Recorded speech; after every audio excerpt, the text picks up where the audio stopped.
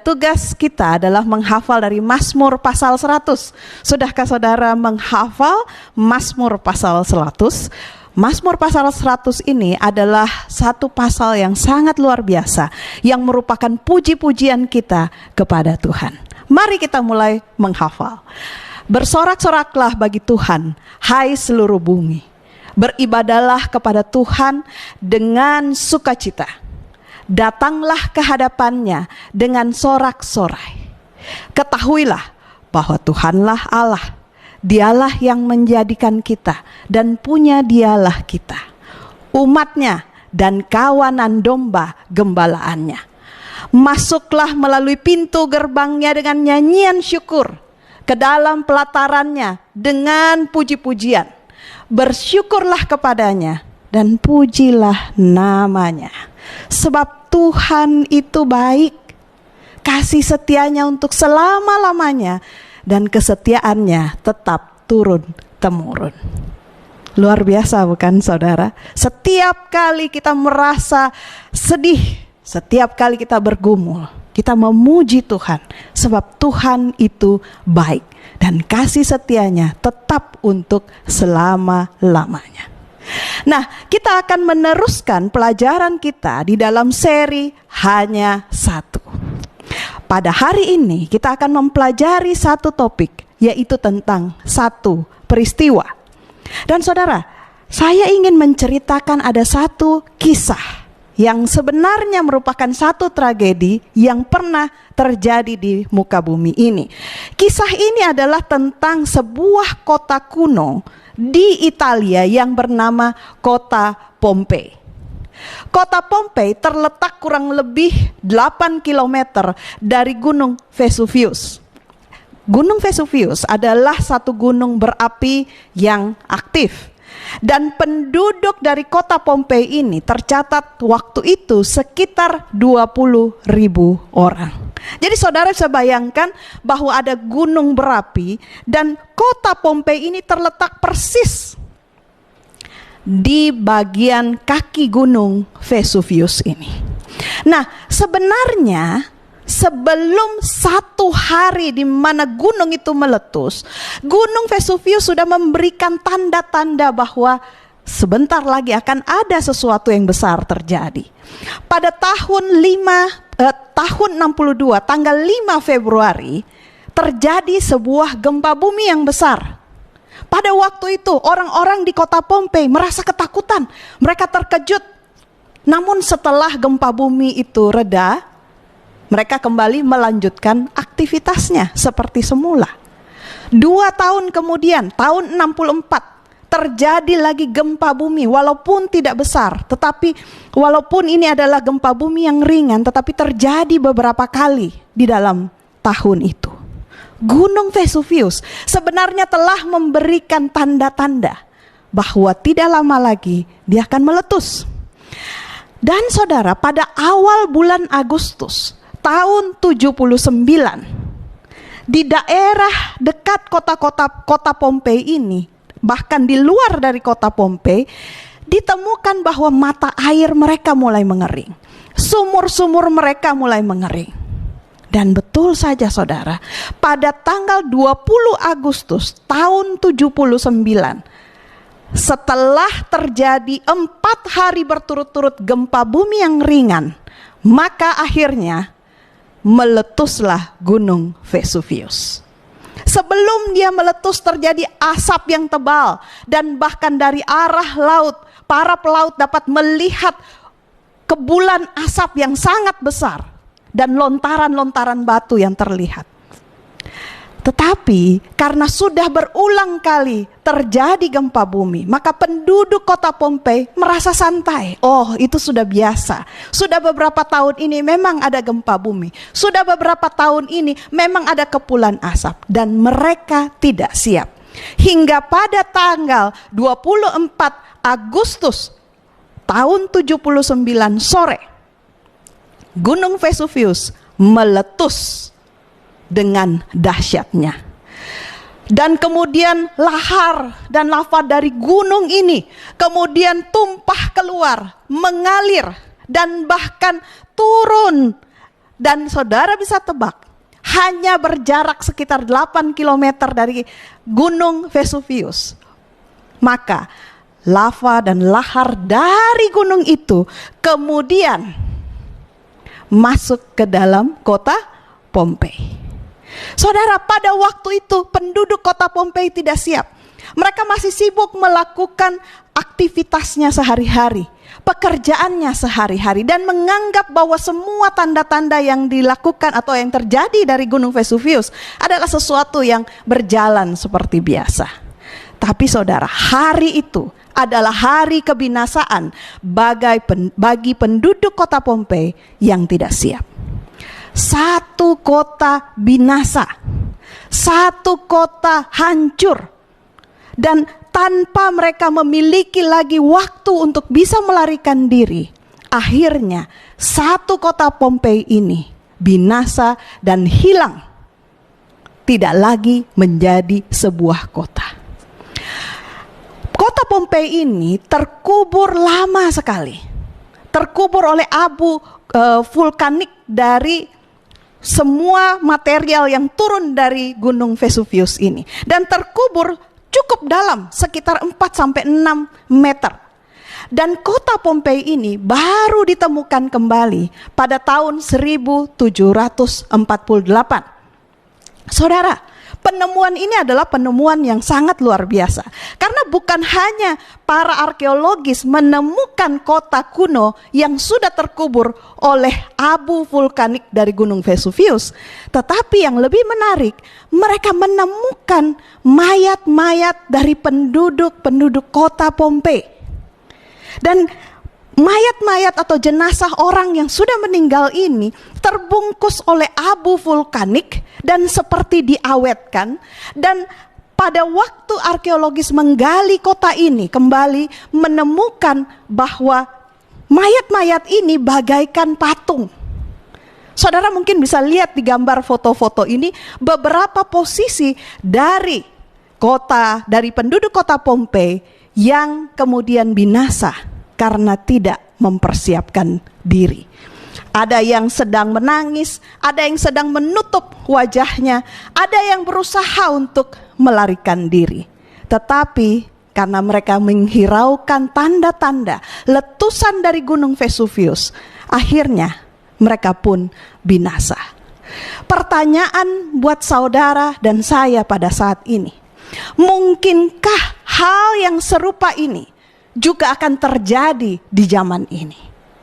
Mungkinkah ada terlalu banyak alarm, terlalu banyak tanda-tanda peringatan yang terjadi di zaman kita ini, tetapi kemudian kita tidak hiraukan?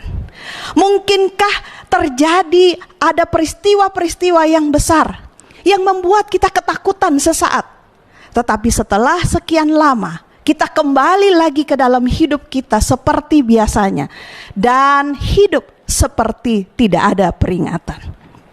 Saudara, di dalam Alkitab memiliki satu petunjuk tentang hal ini. Mari kita buka dari Matius pasal 24. Matius pasal 24 adalah khotbah tentang akhir zaman. Pada waktu itu, murid-murid Yesus bertanya kepada Yesus. Mari kita baca dari Matius 24 ayatnya yang ketiga.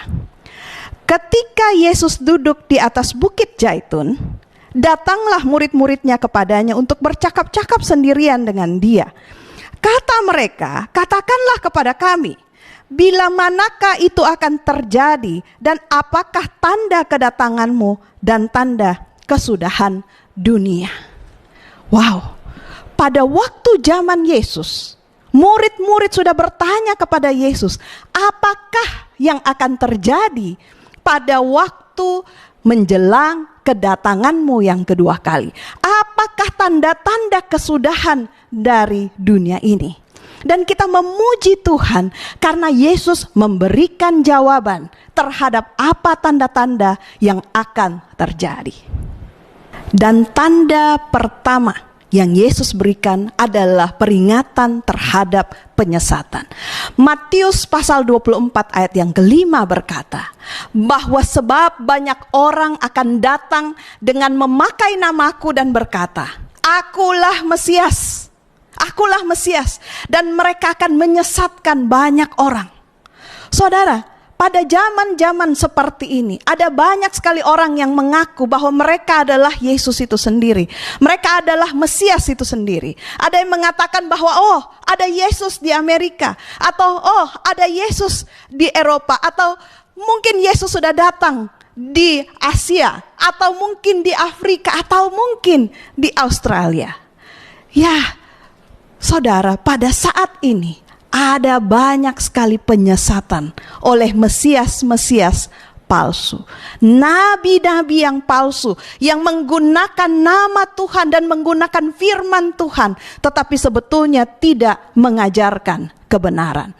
Yesus sudah memperingatkan kita, waspadalah terhadap Mesias-Mesias palsu dan nabi-nabi palsu. Saudara, yang kedua yang Yesus sampaikan kepada murid-muridnya adalah dari Matius pasal 24 ayatnya yang ke-6. Mari kita baca Matius pasal 24 ayat yang ke-6. Dikatakan di sini bahwa kamu akan mendengar deru perang atau kabar-kabar tentang perang. Pertanyaan saya, saudara, saat ini, apakah kita yang hidup zaman ini sudah mendengar tentang kabar-kabar tentang perang? Ya, saudara. Kita sekarang sedang hidup di satu masa di mana bangsa bangkit melawan bangsa, kerajaan bangkit melawan kerajaan. Di beberapa belahan dunia terjadi ketika mereka berperang, bangsa dengan bangsa, koalisi negara ini dengan koalisi negara itu. Mereka berperang dan banyak mengakibatkan korban jiwa. Tapi bukan hanya perang secara fisik, saudara. Ada pula yang sekarang namanya perang dagang. Karena dikatakan memang di ayat ke-7-nya bangsa akan bangkit melawan bangsa. Dan kerajaan akan bangkit melawan kerajaan. Saat ini perang dagang yang terjadi hadir di depan mata kita. Walaupun kita merasa kita tidak ikut-ikutan, tetapi inilah realita yang sedang kita hadapi. Dan bukan hanya itu saja, saudara. Bukan hanya perang yang terang-terangan, tetapi juga terjadi ancaman teroris. Dan bukan hanya ancaman teroris, tetapi di berbagai belahan dunia saat ini sedang terjadi huru-hara. Tempat-tempat, negara-negara yang tadinya kita pikir adalah negara-negara yang aman, yang tidak mungkin terjadi suatu kekacauan. Tapi saudara, saat ini itu terjadi. Bahkan di negara-negara maju belum lama ini terjadi kericuhan, terjadi kekacauan oleh karena isu rasial dan banyak juga isu-isu yang lainnya. Tanda ketiga yang Yesus berikan adalah terdapat di dalam ayat yang ke-7 juga. Akan ada kelaparan. Luar biasa, saudara. Yesus sudah katakan itu. Saudara, di saat kita setiap hari, walaupun berada dalam krisis seperti ini, kita masih memiliki makanan. Tetapi di banyak tempat, bukan hanya di luar negeri, tetapi juga di dalam negara kita sendiri, banyak orang yang kelaparan. Dan ini adalah tanda-tanda akan kesudahan dari dunia ini.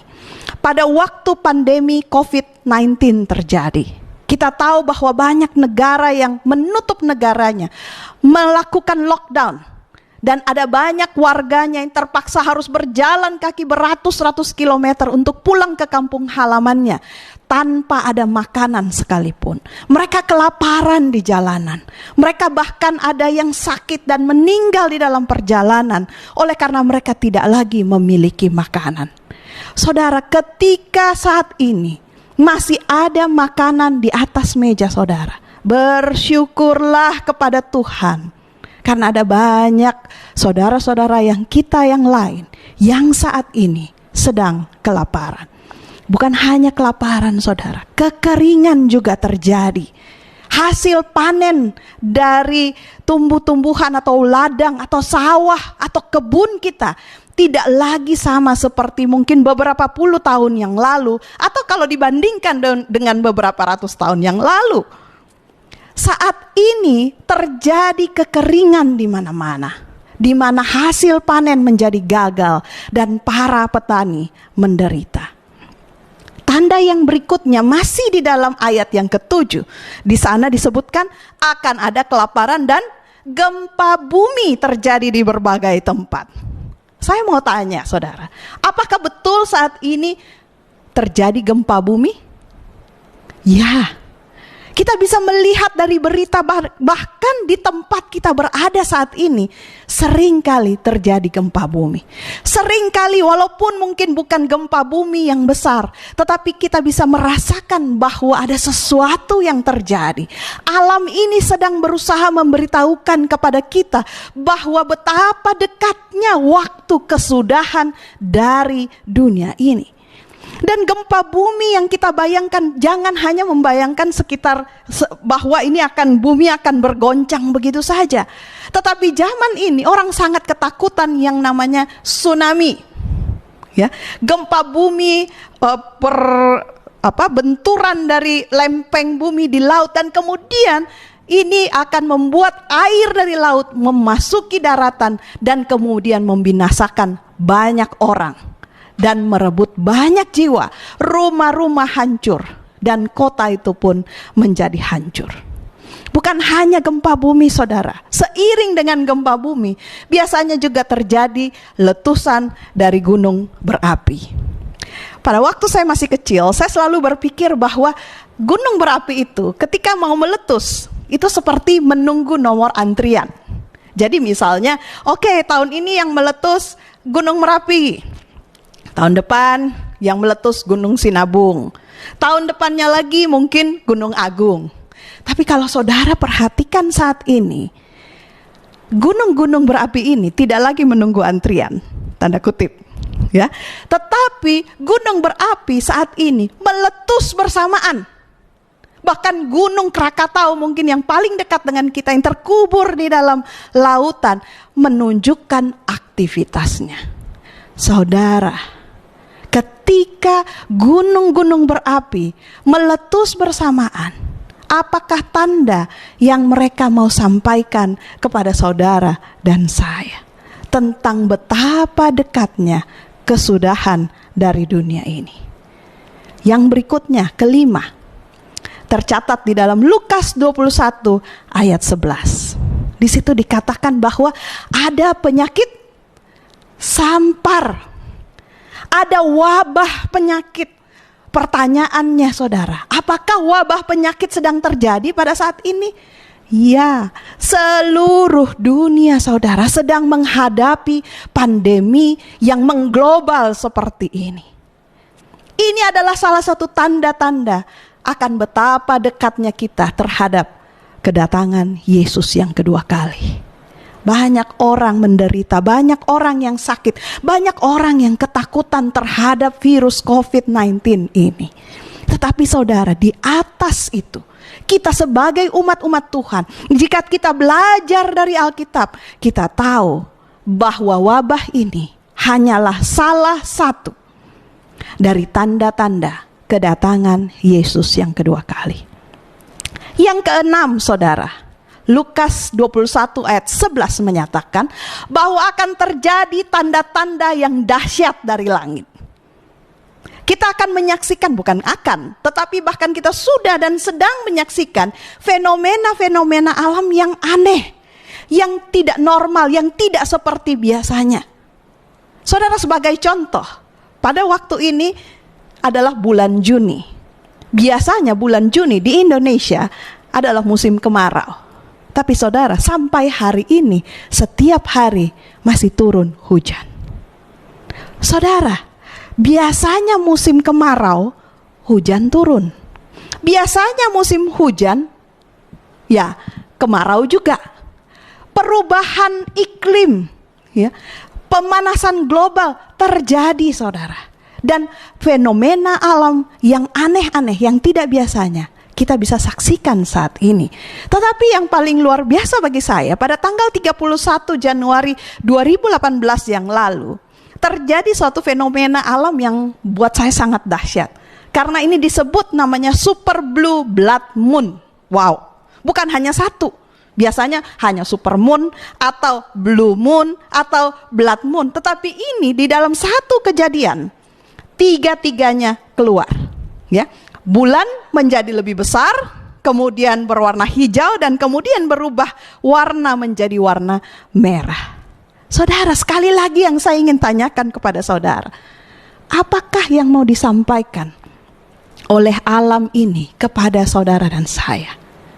Tidak ada pesan yang lebih kuat daripada kejadian-kejadian ini, selain memberitahukan bagi kita bahwa waktunya sudah dekat. Bukan hanya itu, krisis ekonomi melanda. Ketika proses lockdown atau mungkin PSBB ini nantinya ketika sudah aman dibuka, kita pun akan menghadapi suatu dilema, yaitu bagaimana dengan situasi ekonomi. Betapa banyaknya orang-orang yang saat ini sudah dirumahkan, sudah di PHK, tidak lagi memiliki pekerjaan, daya beli masyarakat yang menurun. Saudara, apa yang mau diajarkan oleh peristiwa-peristiwa ini? Krisis moneter yang terjadi, dan bahkan saudara, kemerosotan moral yang terjadi di mana-mana. Kita tahu bahwa sementara Tuhan mengajarkan bahwa hubungan pernikahan adalah antara pria dan wanita, satu orang pria dengan satu orang wanita, seperti yang Tuhan buat pada waktu Dia meresmikan lembaga pernikahan pertama di Taman Eden. Saat ini terjadi kemerosotan moral yang gila-gilaan, yang walaupun mungkin tertutup oleh mata masyarakat, tetapi kita tahu itu ada, dan itu merupakan salah satu tanda-tanda dari kedatangan Yesus yang kedua kali. Homoseksual merupakan fenomena sosial yang terjadi pada saat ini, bukan hanya di luar negeri, tetapi bahkan di dalam negara kita sendiri. Itulah sebabnya di dalam Lukas 17 ayat 28 sampai 30, Alkitab mencatat bahwa demikian juga seperti yang terjadi di zaman Lot. Mereka makan dan minum, mereka membeli dan menjual, mereka menanam dan membangun. Tetapi pada hari Lot pergi keluar dari Sodom, turunlah api dan hujan belerang dari langit dan membinasakan mereka semua. Demikianlah halnya kelak pada hari di mana Anak Manusia menyatakan dirinya. Saudara, sekali lagi, semua peristiwa yang sudah terjadi, yang sedang terjadi saat ini, sebenarnya merupakan tanda-tanda, satu peringatan yang Tuhan berikan kepada umatnya yang setia kepadanya, yang belajar Alkitabnya, untuk melakukan persiapan diri, menyambut akhir zaman, kedatangan Yesus yang kedua kali. Di dalam Matius 24 ayat 33 dikatakan bahwa demikian juga jika kamu melihat semuanya ini, ketahuilah bahwa waktunya sudah dekat, sudah di ambang pintu, saudara. Ketika kita menyaksikan semuanya ini, kita harus tahu bahwa sejarah dunia ini sudah semakin dekat menuju kebinasaan, dan waktunya makin dekat, sudah di ambang pintu. Saudara, ketika kita mengingat semua peristiwa-peristiwa yang terjadi pada saat ini, apakah semua ini membuat saudara takut?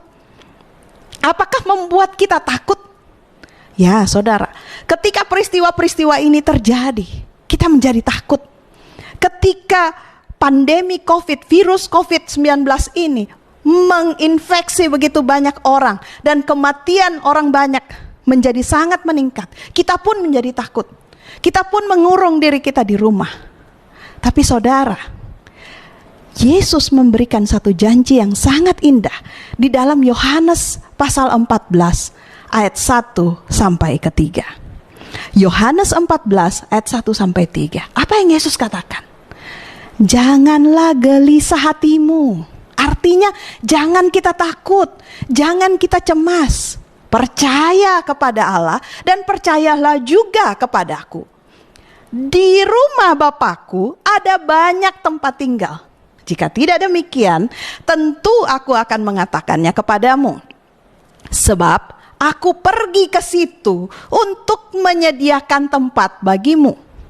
Dan apabila aku telah pergi ke situ dan telah menyediakan tempat bagimu, apa yang Yesus akan lakukan?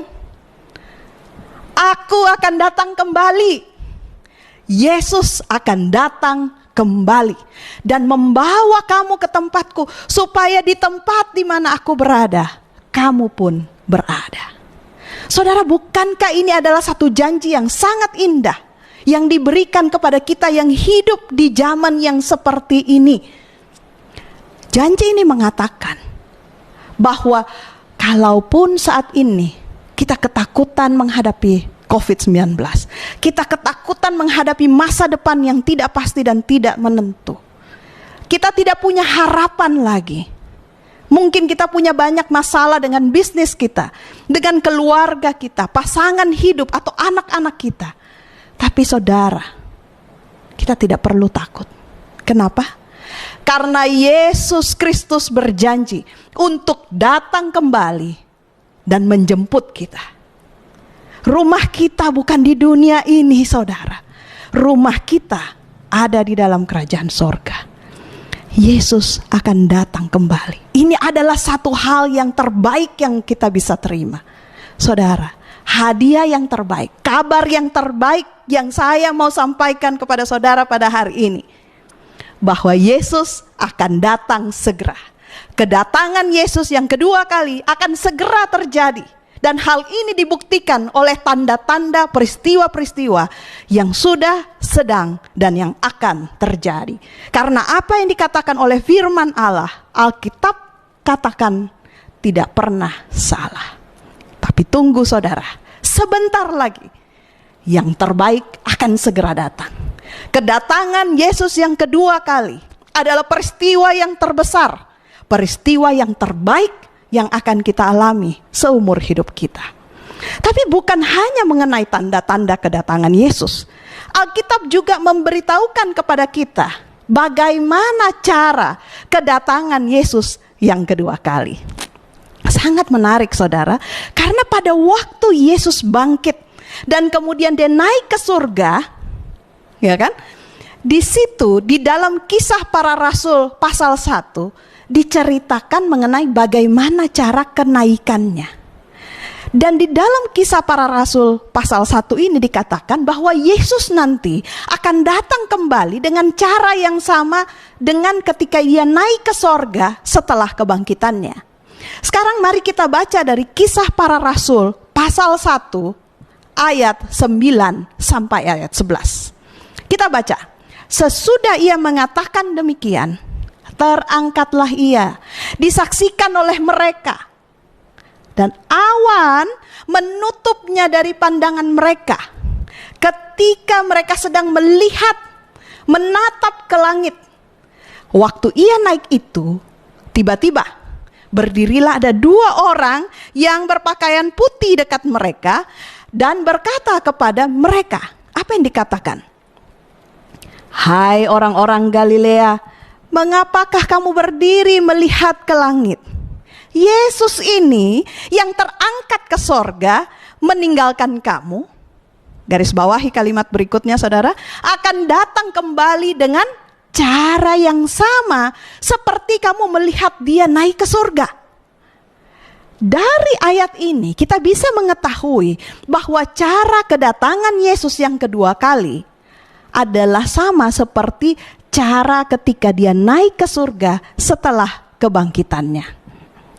Nah saudara, di dalam Matius 24 ayat 30, di situ diberitahukan kepada kita bahwa pada waktu itu akan tampak tanda anak manusia di langit. Dan semua bangsa di bumi akan meratap dan mereka akan melihat anak manusia itu datang di awan-awan di langit dengan segala kekuasaan dan kemuliaannya. Jadi saudara, ketika Yesus naik ke ke langit pada waktu setelah kebangkitannya, dia naik dengan awan-awan. Demikian pun pada waktu nanti dia turun untuk menjemput kita, pada waktu kedatangan yang kedua kali, dia pun akan datang di atas awan-awan. Apa tanda atau apa petunjuk yang Alkitab berikan kepada kita? Yang pertama, Yesus pada waktu datang yang kedua kali bisa dilihat dengan mata. Kita tadi sudah baca dari Matius 24 ayat 30 tadi. Yang kedua, karena bisa dilihat dengan mata, maka tubuh Yesus atau sosok dari Yesus ini adalah nyata dengan tubuh yang fisik, tubuh fisiknya. Dan Yesus akan datang sendiri. Dia tidak akan meminta, oke, malaikat kamu yang datang mewakili saya menjemput umat-umat saya. Tidak, saudara. Yesus akan datang sendiri. Yesus terlalu mengasihi kita sehingga dia tidak mewakilkan kedatangan yang kedua kali kepada oknum yang lain, tetapi dia datang sendiri untuk menjemput kita. Nah, pertanyaannya, apakah kedatangan Yesus yang kedua kali ini bisa dilihat oleh semua orang? Ataukah hanya sekelompok orang? Ataukah hanya bisa dilihat oleh orang-orang yang benar saja? Mari kita cari jawabannya di dalam Alkitab. Di dalam Wahyu pasal 1 ayat yang ke-7 dikatakan demikian. Lihatlah, ia datang dengan awan-awan dan setiap mata akan melihat dia. Saudara, apa yang dikatakan ayat ini? Setiap mata akan melihat dia.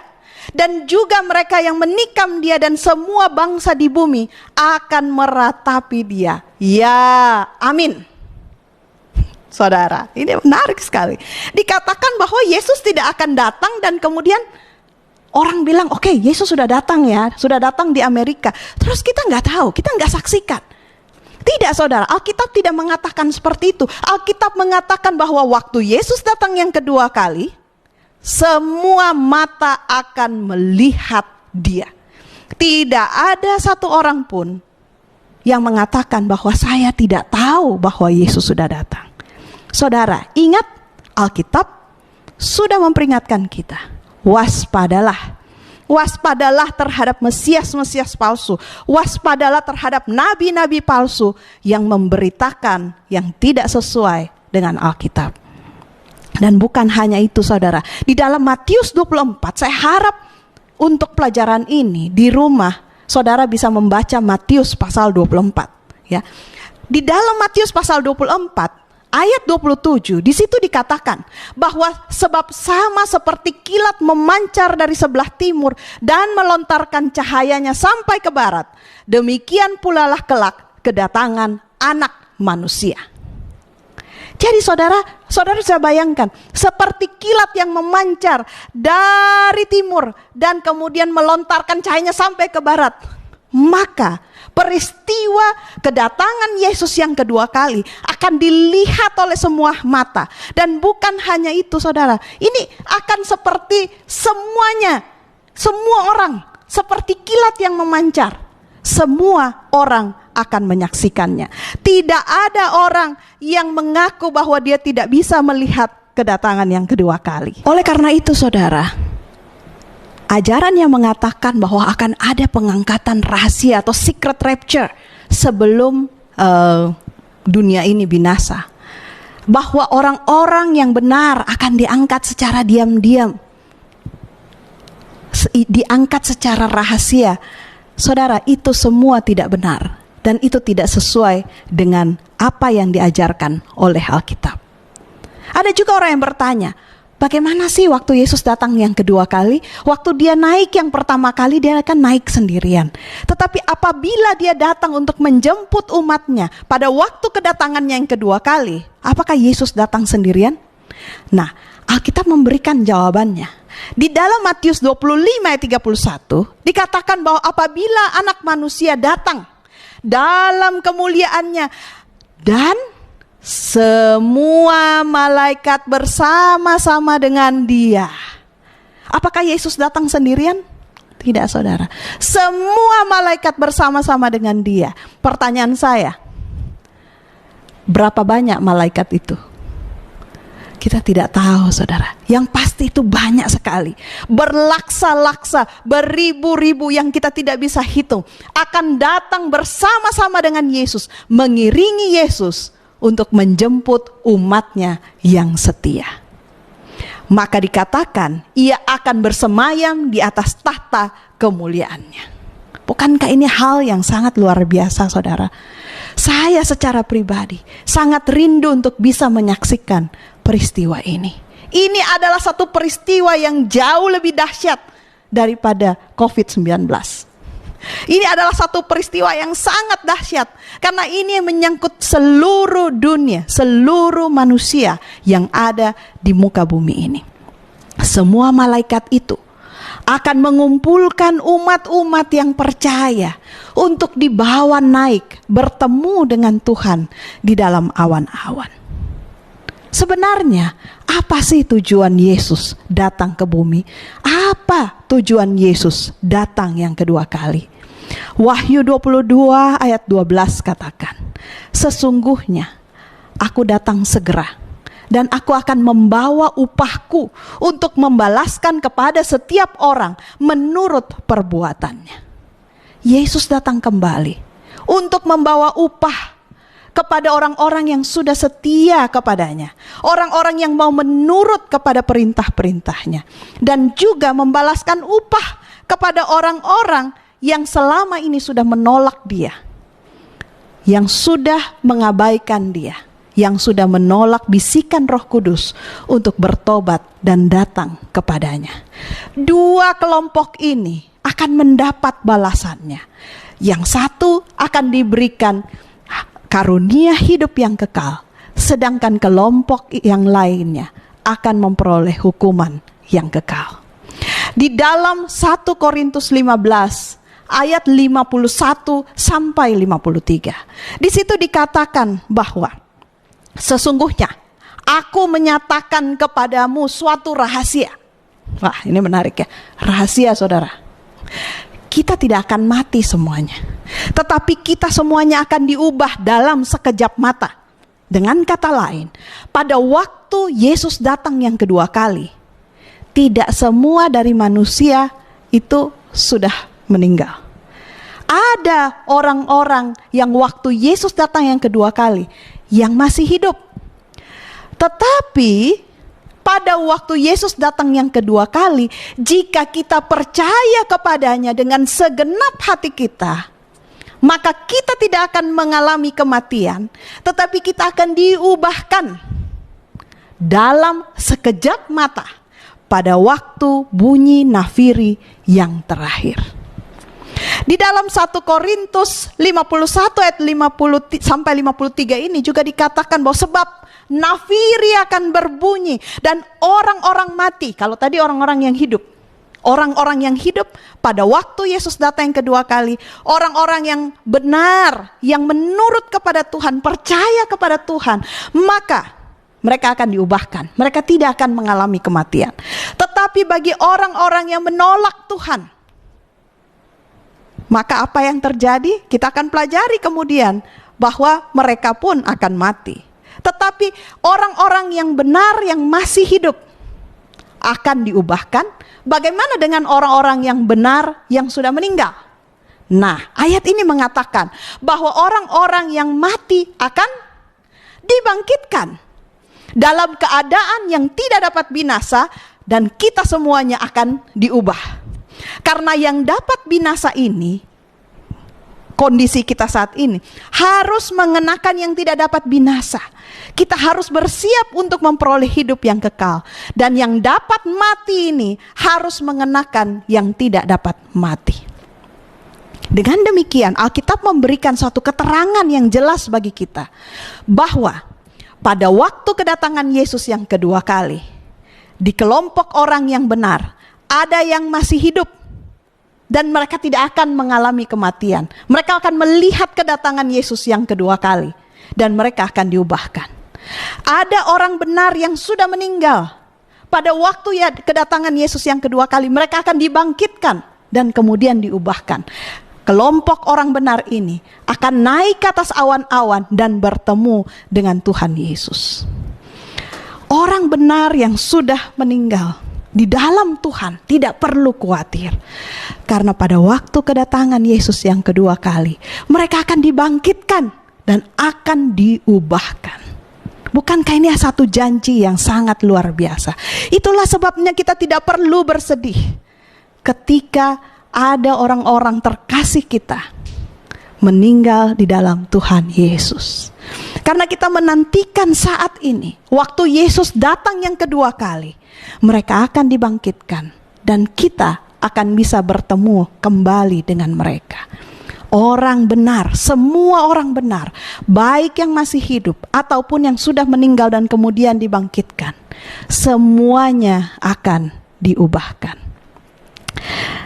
Saudara, saya punya seorang keponakan, dan saya sering kali menceritakan cerita tentang keponakan saya ini. Keponakan saya ini namanya Matthew. Dia lahir tahun 2005, dan sejak dia umur 4 bulan pada waktu itu, orang tuanya, adik saya dan keluarganya menyerahkan dia kepada saya karena dia terlahir sebagai seorang anak Down syndrome. Di kampung halaman saya tidak ada terapi untuk Down syndrome pada waktu itu. Jadi sejak umur 4 bulan dia tinggal bersama saya dan menjadi anak saya yang saya sayangi. Nah, Matthew ini sangat menarik. Mungkin pada waktu pelajaran yang pertama di satu buku saya sudah menceritakan kepada saudara bagaimana dia rajin sekali menghafal lagu-lagu pujian kepada Tuhan. Setiap hari dia menghafalkan ayat-ayat Alkitab. Saat ini dia menghafal lebih banyak ayat Alkitab daripada apa yang saya hafalkan. Nah, saudara, yang menarik adalah waktu dia kecil, pada waktu itu dia baru bisa jalan, dia sering kali berdiri di depan pintu rumah, ya, dan kemudian dia pegangan di pintu itu, dan kemudian dia melihat keluar. Sore-sore habis mandi dia pergi ke pintu itu dan kemudian lihat keluar. Dan kemudian saya tanya, Matthew, kamu lagi ngapain? Kemudian dia bilang, Anti, aku lagi tunggu Yesus datang. Saudara, setiap kali dia menjawab seperti itu, hati saya itu terharu sekali. Karena saya merasa bahwa saya ini walaupun saya sudah dewasa, saya belajar tentang kedatangan Yesus yang kedua kali. Tapi aduh ampuni saya Tuhan, sering kali saya menganggap bahwa hal ini adalah sesuatu dongeng yang mungkin masih lama terjadi. Tetapi anak ini, seorang anak Down syndrome, mengajarkan kepada saya bahwa kedatangan Yesus yang kedua kali adalah satu peristiwa yang nyata, saudara. Bukan hanya nyata, tetapi pasti terjadi. Tidak ada keraguan, ini pasti terjadi. Dan saudara, waktu dia mungkin usia sekitar 2 tahunan, dia mulai bisa bicara, walaupun bicaranya nggak jelas. Setiap pagi, kami biasanya pagi-pagi, saya biasanya ambil buku lagu pujian kepada Tuhan, dan kemudian kita akan nyanyi sama-sama. Saya ingat pagi itu, saya menyanyikan satu lagu tentang kedatangan Yesus. Judulnya adalah Boleh Jadi Pada Waktu Pagi.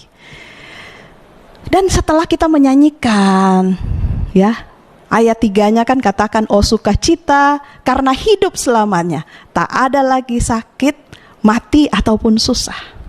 Setelah kami menyanyikan 3 ayat ini, dia dengan bahasanya atau kata-katanya yang belum jelas pada waktu itu, kami berdua di atas tempat tidur dan mendadak dia katakan kepada saya, Anti, kalau Yesus datang, Matthew akan jadi cakep. Matthew akan jadi cakep. Saya kaget sekali. Dan kemudian dia lanjutkan lagi bahwa waktu Yesus datang, Anti, Matthew tidak Down syndrome lagi. Matthew akan jadi cakep. Saya kaget saat itu. Saya berpikir, bagaimana mungkin seorang anak kecil Down syndrome pula bisa mengerti dan punya iman yang seperti ini. Dan belum hilang kekagetan saya. Dia kemudian mengatakan kepada saya, dia lanjutkan dan dia katakan, Anti, kalau Yesus datang, Matthew mau, Anti ada. Saudara, ini adalah salah satu hal yang sangat indah yang saya nantikan. Saudara tahu mungkin bagi seorang anak Down syndrome, salah satu tanda yang terlihat adalah di wajah mereka. Umumnya anak Down syndrome mukanya mirip semuanya. Tapi saya punya satu pengharapan. Matthew memberikan saya satu harapan. Bahwa waktu Yesus datang, bahkan Down syndrome pun tidak akan menutupi kesempurnaannya. Saya tahu bahwa Yesus akan mengubahkan dia. Dan saya tahu, saya punya iman bahwa saya akan bertemu dengan dia dengan keadaan yang sempurna, tanpa cacat dan celah. Dan saya menunggu terjadinya peristiwa ini. Matthew saat ini berusia hampir 15 tahun. Dia tumbuh sehat menjadi seorang anak yang pintar, dan buku kesayangannya adalah Alkitab. Dari semua cerita Alkitab yang dia baca, tema atau pelajaran atau peristiwa yang dia paling sukai, cerita yang paling dia sukai adalah tentang kedatangan Yesus yang kedua kali.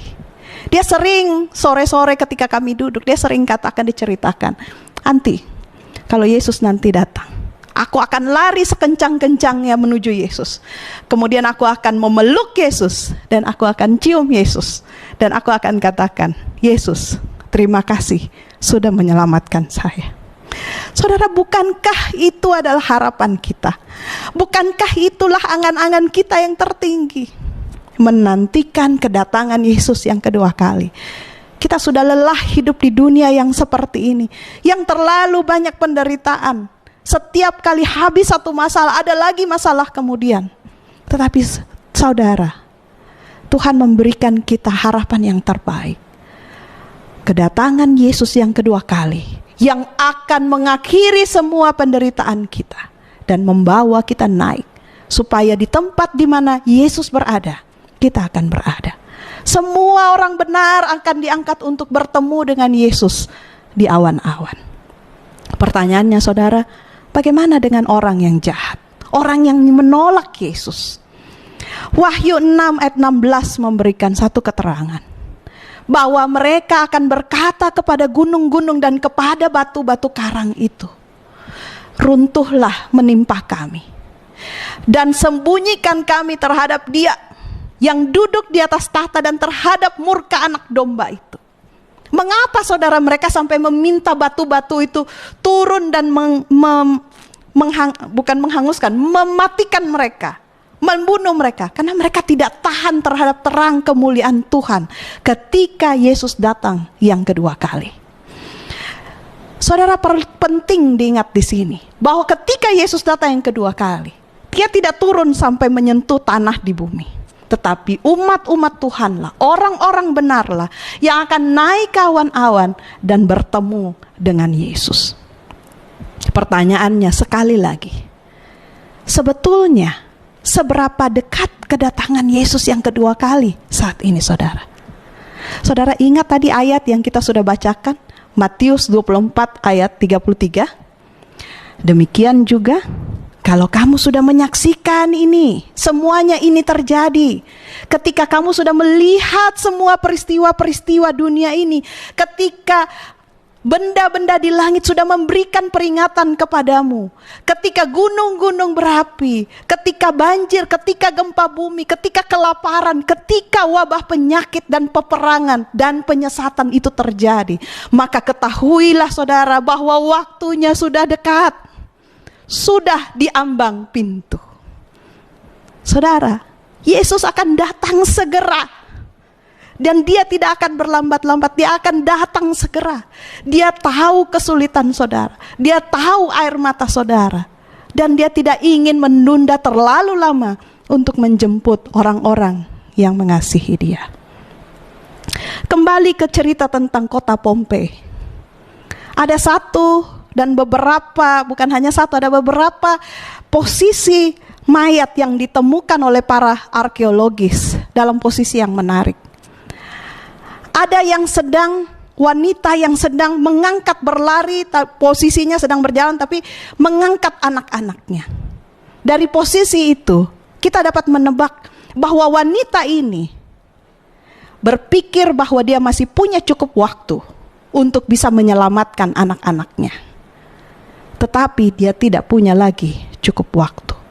Bukan hanya itu, mereka juga menemukan ada posisi seorang wanita yang sedang berlari dan di tangannya membawa banyak perhiasan-perhiasannya. Dari posisi ini juga kita bisa menebak bahwa ketika gunung Vesuvius itu meletus dan ketika lavanya sudah masuk ke dalam kota, si wanita ini berpikir bahwa dia masih punya cukup waktu untuk pulang ke rumah, ambil dulu semua hartanya dan kemudian melarikan diri. Tetapi tidak lagi ada waktu. Tidak ada lagi waktu bagi dia. Dan gantinya dia demi untuk menyelamatkan hartanya, demi untuk menyelamatkan anaknya, maka mereka semua binasa. Saudara, di dalam hidup kita ada berapa kali Tuhan memanggil kita? Ada berapa kali Tuhan sebenarnya memanggil kita untuk datang kepadanya, untuk bertobat, untuk diselamatkan. Dan hati kita seringkali sudah merasa tergerak untuk menerima Yesus, untuk percaya kepada Yesus sepenuhnya. Tetapi setan memiliki satu virus yang lebih berbahaya daripada COVID-19. Dan virus ini bernama menunda. Setan tahu bahwa penundaan adalah senjata yang paling ampuh yang bisa membuat Anda terhilang, yang bisa membuat saudara dan saya pun akan menjadi terhilang. Ketika Tuhan menyatakan kebenaran melalui firman-Nya dan Roh Kudus bekerja di dalam hati saudara, tetapi Anda menunda untuk menurut, menunda untuk berserah dan berpikir bahwa kita masih punya cukup waktu sebelum Yesus datang yang kedua kali. Iya, kalau seandainya kita masih hidup sampai Yesus datang yang kedua kali. Tetapi masing-masing dari kita tidak pernah tahu sampai kapan kita hidup, saudara. Di hari ketika kita menutup mata dan meninggal dunia, kita tidak lagi memiliki cukup waktu untuk datang kepada Tuhan. Semakin lama sebuah keputusan dibuat, maka semakin mudah buat kita untuk bilang, sebentar lagi lah, nanti lagi.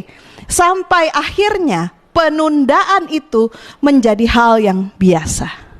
Keinginan kita untuk ikut Tuhan menjadi lemah dan semakin lemah. Dan penundaan akan melenyapkan kerinduan untuk memutuskan ikut Tuhan sebelum semuanya menjadi terlambat. Saudara, mungkin banyak dari antara kita yang berkata bahwa tunggu dulu Tuhan. Saya masih harus cari duit dulu.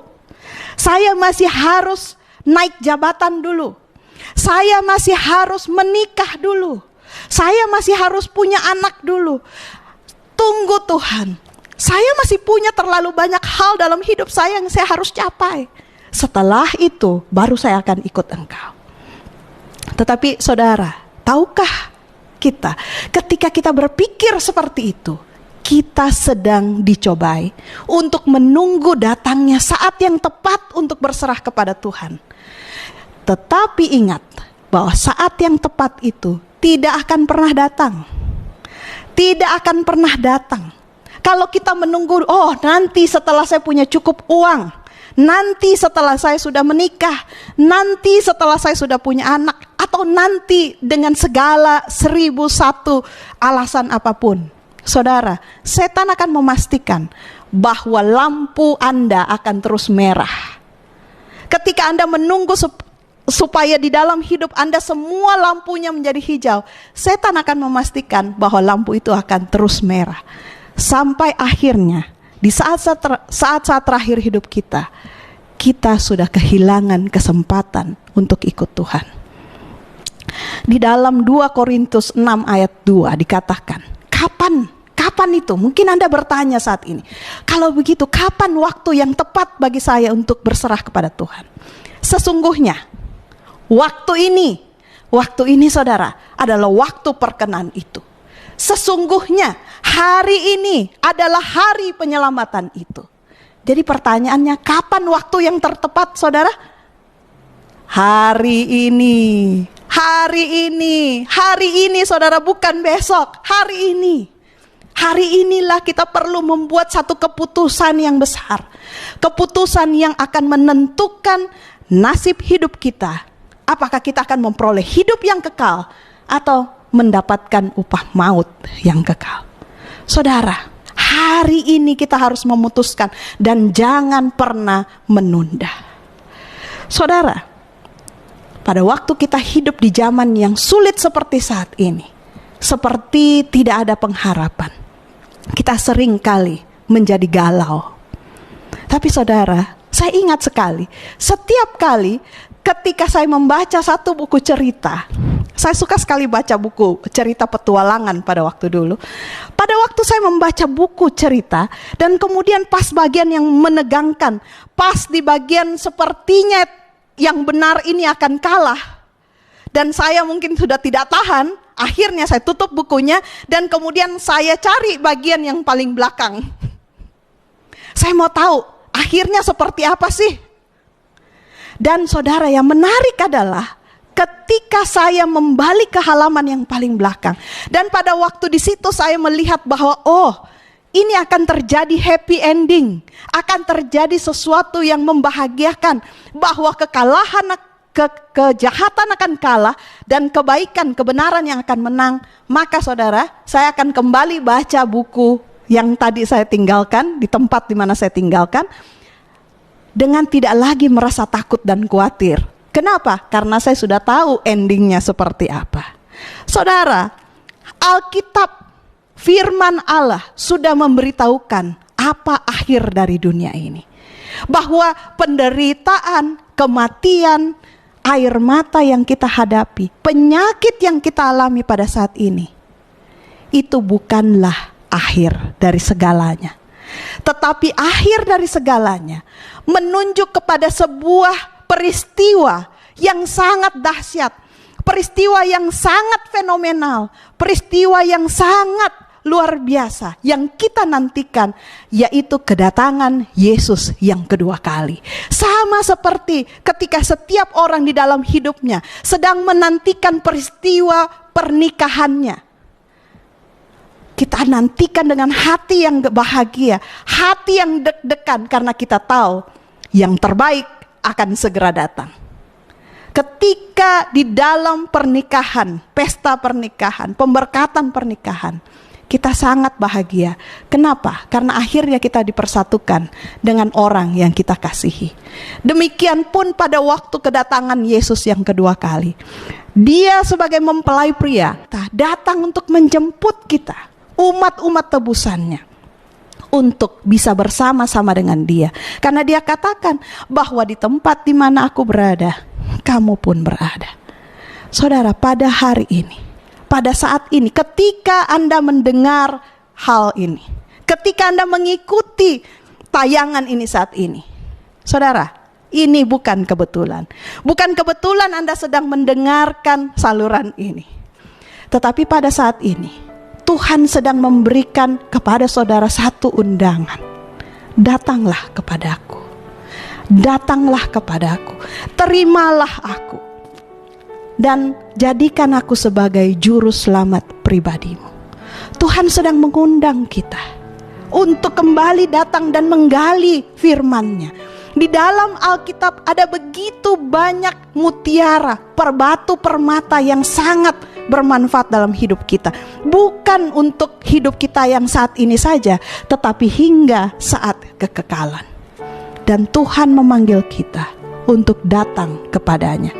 Kita tidak menurut kepada Tuhan dengan kekuatan kita sendiri, tetapi Yesus mau berdiri di samping kita, bahkan menggendong kita untuk memampukan kita tetap setia sampai Yesus datang yang kedua kali.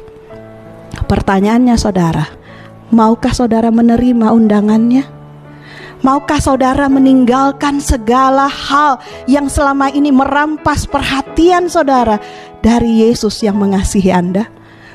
Maukah saudara bisa melepaskan ambisi untuk mengejar kesenangan dunia, mengejar kehormatan dari dunia, mengejar eksistensi saudara mungkin di kantor, di gereja ataupun di rumah, dan dengan hati yang hancur datang ke bawah kaki kayu salib dan menyerahkan hidup saudara kepada Yesus? Jika saudara mau, saat ini kita akan berdoa khusus untuk itu. Saya tahu saudara di rumah masing-masing, mungkin saat ini saudara sedang bergumul.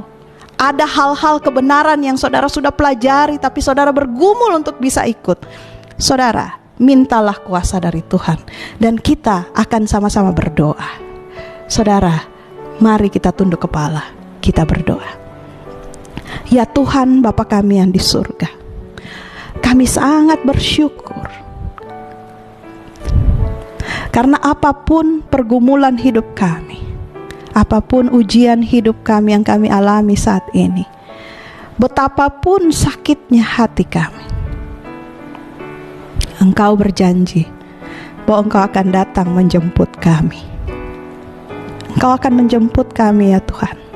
Dan itu adalah janji yang paling indah, yang pernah kami dengarkan dan diucapkan dari Tuhan yang tidak dapat berdusta. Ya Tuhan, tolong kami untuk bisa menyerahkan hidup kami sepenuhnya kepadamu, percaya sepenuhnya kepadamu mulai saat ini. Dan tolong kami untuk tetap setia kepadamu sampai Engkau datang yang kedua kali. Kami berdoa Tuhan, adalah harapan kami yang terbesar dalam hidup ini adalah ketika Engkau datang yang kedua kali. Ya Tuhan, jangan lewatkan kami. Sebut nama kami ketika Engkau datang yang kedua kali. Ingatlah akan kami ya Tuhan, supaya ketika Engkau datang nanti, kami akan dapat naik ke awan-awan, bertemu dengan Engkau, Yesus yang mengasihi kami dan yang kami kasihi. Ya Tuhan, hamba-Mu berdoa untuk setiap orang yang berada di tempatnya masing-masing saat ini, yang mungkin saat ini sedang bergumul dengan berbagai penderitaan, penyakit, atau mungkin bergumul secara rohani untuk mau menerima kebenaran firman Tuhan dari Alkitab. Ya Tuhan, kami berdoa agar kiranya Roh-Mu yang kudus menguatkan mereka, agar semua orang dapat mengambil keputusan untuk mengikut Yesus saat ini. Bukan nanti saudara, bukan nanti ya Tuhan, tapi saat ini juga, hari ini Tuhan. Biarlah hati kami dapat serahkan kepadamu, dan biarlah kami akan setia sampai Engkau datang yang kedua kali. Terima kasih ya Tuhan atas kebaikan Tuhan. Terima kasih untuk pelajaran pada hari ini. Kami bawa doa ini di dalam nama anak-Mu Yesus Kristus yang adalah penebus dan juru selamat kami. Amin. Saudara, setelah ini sudah masuk, KKR ini sudah masuk ke bagian yang ke-6. Ada satu kali lagi, dan setelah itu saudara akan selesai KKR ini. Tetapi saudara jangan khawatir, karena setelah KKR ini selesai, kami menyediakan kelompok-kelompok pendalaman Alkitab, kelas-kelas belajar Alkitab, yang mungkin ada yang online, dan kalau keadaan sudah memungkinkan, juga mungkin ada yang saling bertemu. Ketika Anda belajar pelajaran ini, jangan menunda. Segeralah Anda mendaftar di dalam kelas-kelas pendalaman Alkitab. Jangan biarkan Roh Kudus yang sudah bekerja di dalam hati Anda menunda. Jangan menunda lagi, dan jangan mendukakan Roh Kudus yang bekerja dalam hati Anda. Saudara, Sabtu depan kita akan ketemu lagi, dan tugas kita untuk minggu depan adalah menghafalkan Mazmur pasal 24. Mazmur pasal 24, dan kita akan belajar tentang pelajaran tentang satu tempat. Kiranya Tuhan memberkati